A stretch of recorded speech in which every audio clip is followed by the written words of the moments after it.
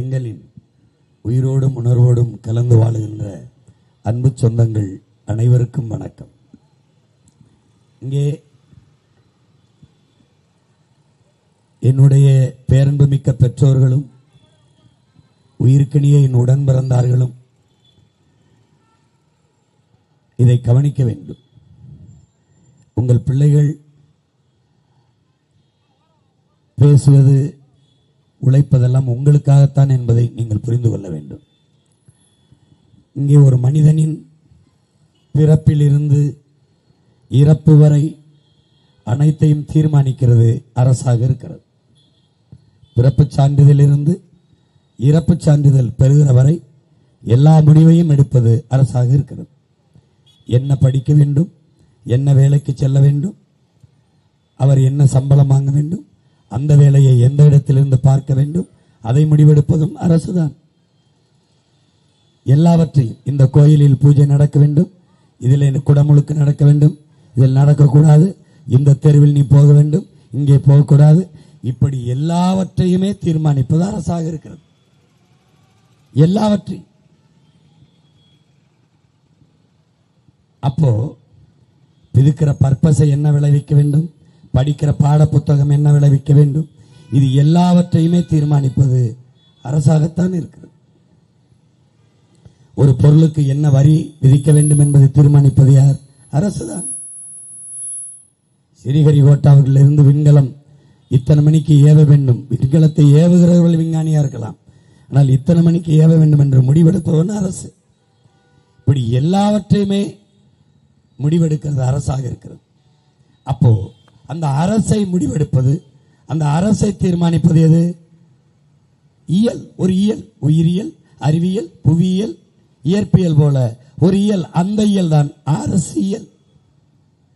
அப்ப ஒவ்வொரு மனிதனின் வாழ்க்கையிலும் பிறப்பிலிருந்து இறப்பு வரை தீர்மானிக்கிறது அரசியல் தான். அதைத்தான் அரிஸ்டாட்டில் சொல்கிறான், நீ அரசியல் வேண்டாம் என்று விலகி நின்றாலும் அரசியல் உன்னை விட்டு ஒருபோதும் விலகாது என்கிறார். நீ அரசியல் வேண்டாம் என்று விலகி நின்றால் நீ யாரை வெறுக்கிறாயோ அவனுடைய ஆட்சியின் கீழே வாழ நேரிடும் என்கிறார். அரசியல் என்ற எண்ணம் இல்லாதவன் மனிதனாகவே இருக்க முடியாது என்கிறார் அண்ணல் காந்தியடிகள். இப்போ ஒவ்வொரு மனிதனின் ஒவ்வொரு சொல்லிலும் அரசியல் பிறக்கிறது என்கிறார் லெனின். அப்படி பார்த்தால் நமக்கான அரசியலை நாம தான் செய்ய வேண்டும். ஒரு நல்ல அரசியலை உருவாக்கி ஒரு நல்ல ஆட்சியை செய்வதுதான் அந்த நாட்டு குடிகளின் ஆகப்பெரிய கடமை.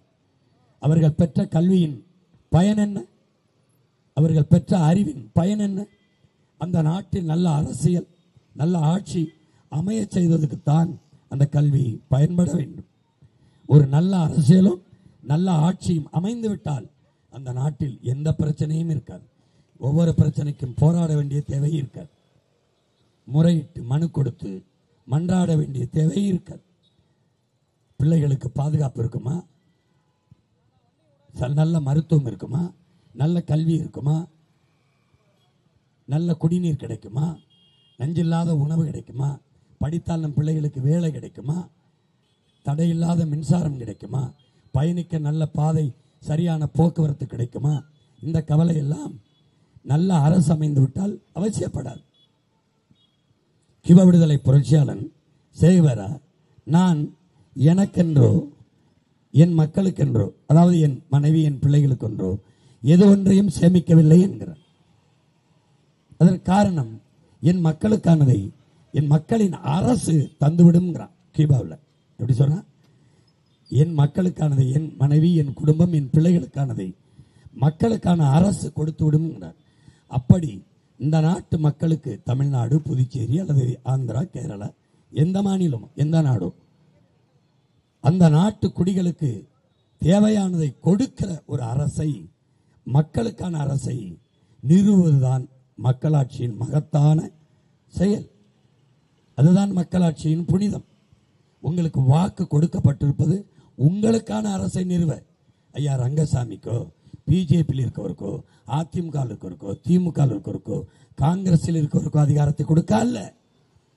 மக்களாட்சி என்பது மக்களுக்கான அதிகாரத்தை மக்களை நிரூபிக்கிற வாய்ப்பை கொடுப்பதுதான் மக்களாட்சி. அப்படிப்பட்ட ஒரு ஆட்சி முறையை நீங்கள் நிறுவியிருக்கிறீர்களா?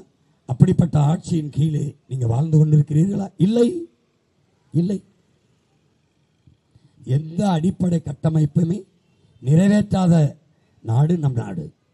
ஊழல் லஞ்சமும் தேசிய மயமாக்கப்பட்ட நாடு நம் நாடு.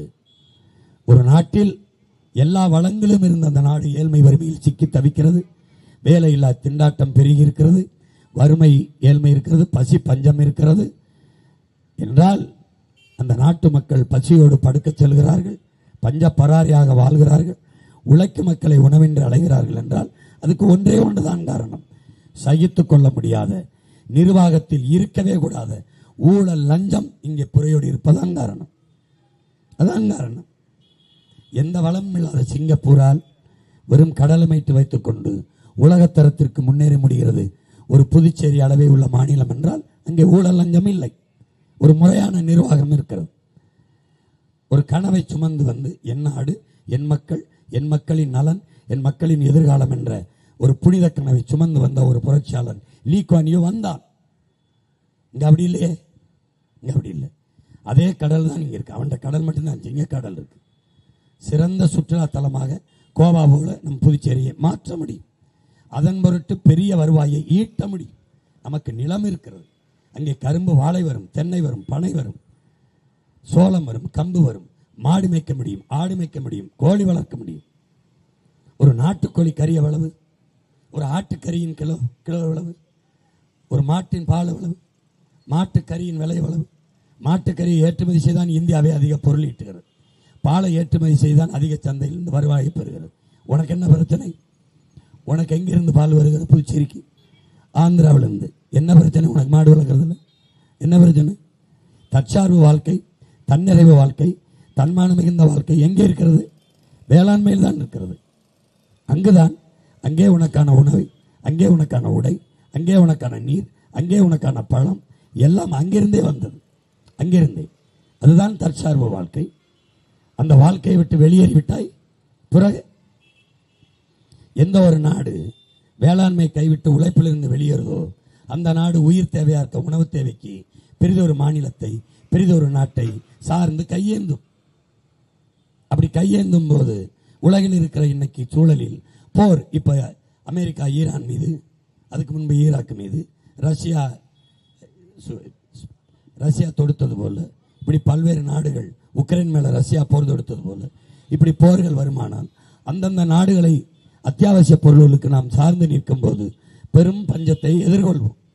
அப்போது உள்நாட்டில் கலவரம் வெடிக்கும், மக்கள் கிளர்ச்சி செய்வார்கள், போராடுவார்கள். ஏனால் உணவு தேவை என்பது உயிர் தேவை. கொரோனா நேரத்தில் கண்ணுக்கு தெரியாத நுண்ணுயிரின் தாக்கத்தில் நாம் பட்டது தெரியாதா? அதிலிருந்து நாம் கற்றுக்கொண்டது ஒன்றுமில்லையா? எனவே அறிவார்ந்த எனது சொந்தங்கள், என் அன்பு தம்பி தங்கிகள், இந்த தேர்தலை ஒரு மாறுதலுக்காக, வரலாறு தந்திருக்க வாய்ப்பாக, காலம் கையளித்திருக்கிற ஒரு கடமையாக கவனத்தில் கொண்டு புதுச்சேரி மாநிலத்தில் நடக்கிற தேர்தலில் வருகிற 9ஆம் தேதி வாக்கை செலுத்தும் போது மிக கவனமாக நீங்கள் வாக்களிக்க வேண்டும். இதுவரை வரிசையில் நின்றோம், வாக்குக்கு காசு கொடுத்தார்கள், வாங்கினோம், செலுத்தினோம் என்று இல்லை. செய்யக்கூடாது. நீங்கள் செலுத்துகிற ஒரு வாக்கில்தான் உங்கள் பிள்ளைகளின் எதிர்காலம். உக்ரைன் அதிபர் செலன்ஸ்கி அரசு அலுவலகத்தில் இருந்த தன் படத்தை எல்லாம் எடுக்க சொல்லிவிட்டான்.